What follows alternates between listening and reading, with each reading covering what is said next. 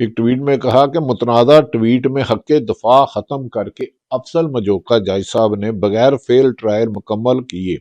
ایمان مزاری اور ہادی چھٹا ان کے شوہر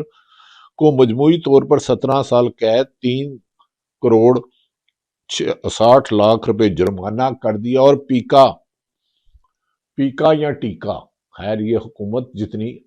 نیشنل میڈیا پہ جھوٹ بولا جا رہا ہے اللہ کی پناہ۔ پیکا کے سیکشن 9 میں 5 سال قید 50 لاکھ روپے جرمانہ، پیکا سیکشن 10 میں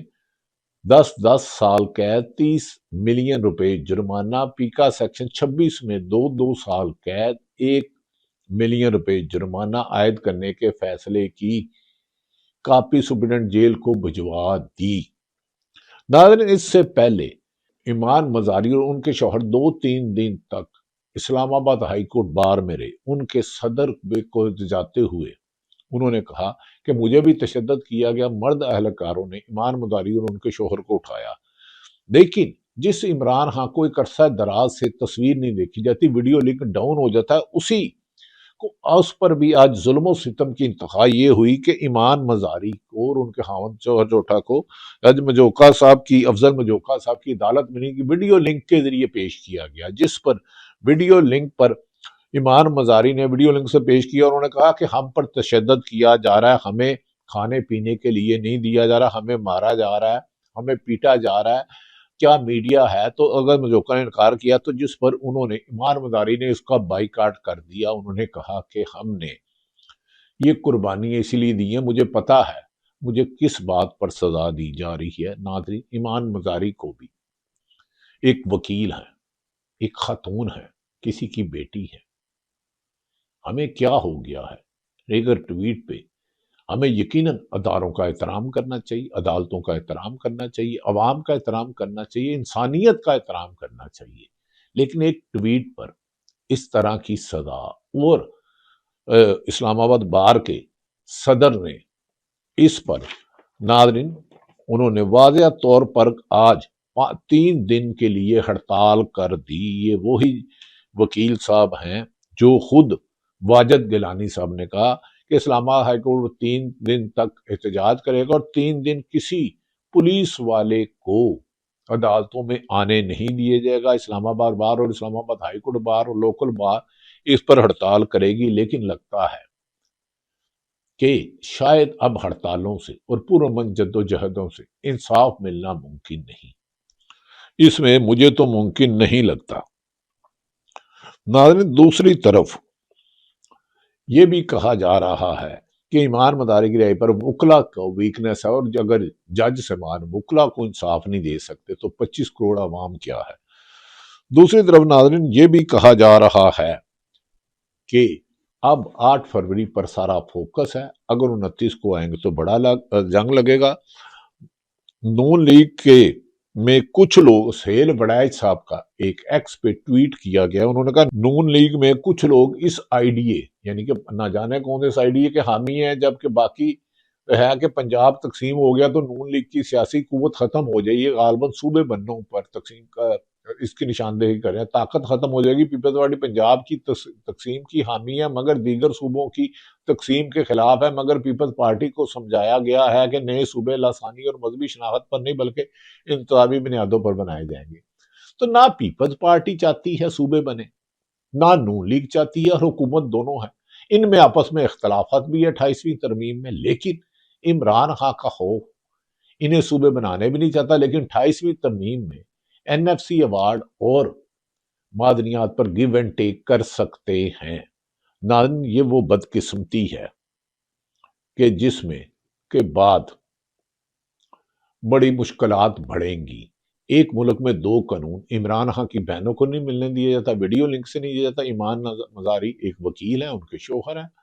وہ شیری مزاری کی صاحبزادی ہیں جو پاکستان تحریک انصاف تھی۔ لیکن اب آ جاتے ہیں ناظرین کہ سہیل افریدی کے محمود حاجی اور مولانا فضل الرحمان کی ملاقات میں آئندہ چلنے کا گیا، لیکن مولانا فضل الرحمان صرف بڑی بڑی باتیں کر رہے ہیں، موجودہ پارلیمنٹ کو جعلی کہہ رہے ہیں، فراڈ کہہ رہے ہیں، لیکن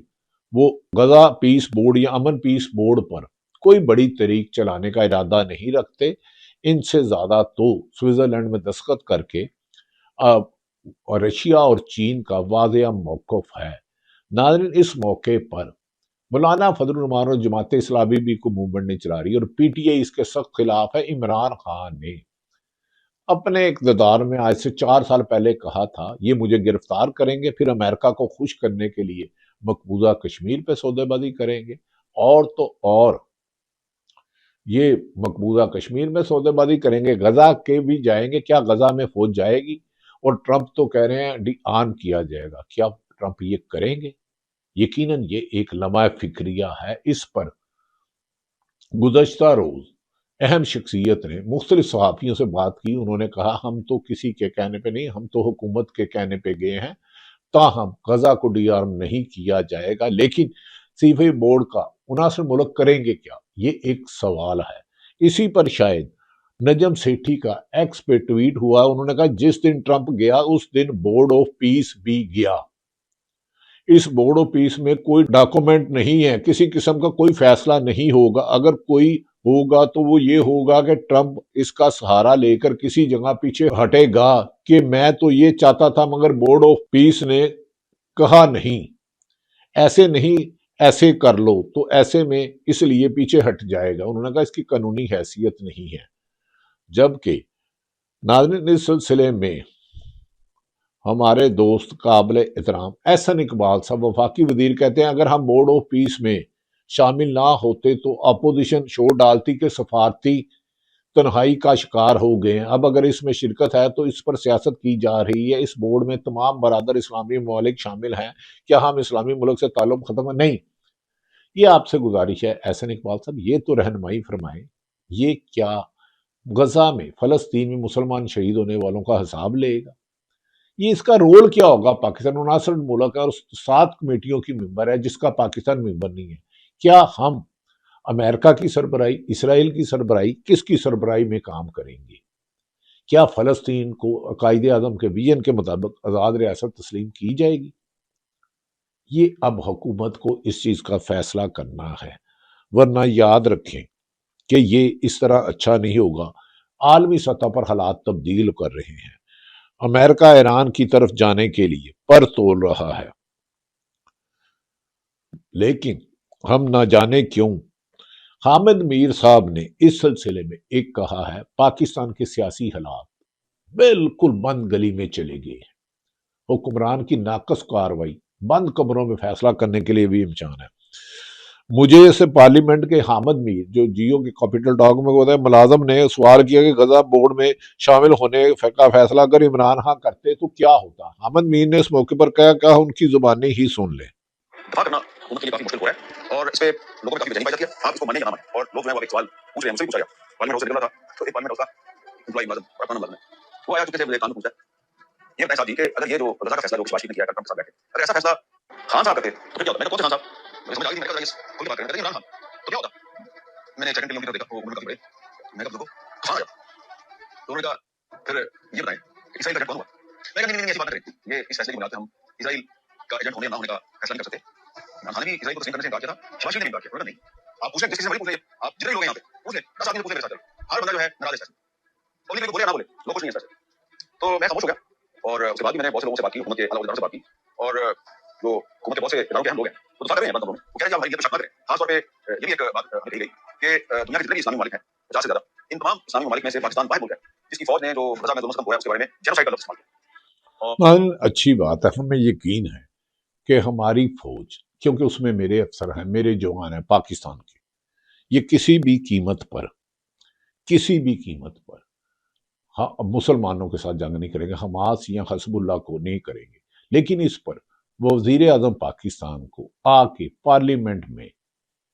اپوزیشن لیڈر محمود اچکزئی، مولانا فضل الرحمان، راجہ ناصر اور سینٹ کے جوائنٹ سیشن بنا کے بتانا چاہیے کہ بورڈ آف پیس کا اصل رول ہے کیا، پاکستان اس میں کیا کرے گا، اس میں فلسطین کی کیا اسٹریٹجی ہوگی، امریکہ کیا کرے گا، کیا فلسطین کو اس کی حقیقی بلایا جائے گا؟ جبکہ ملکی سیاست تو کچھ اور ہی کہہ رہی ہے، کے پی کے میں اور پورے پاکستان میں عوام کا رد عمل دیکھتے ہوئے وہ لگ رہا ہے کہ وہ اس حکومت کو برداشت نہیں کر رہے، لیکن اس حکومت کو 29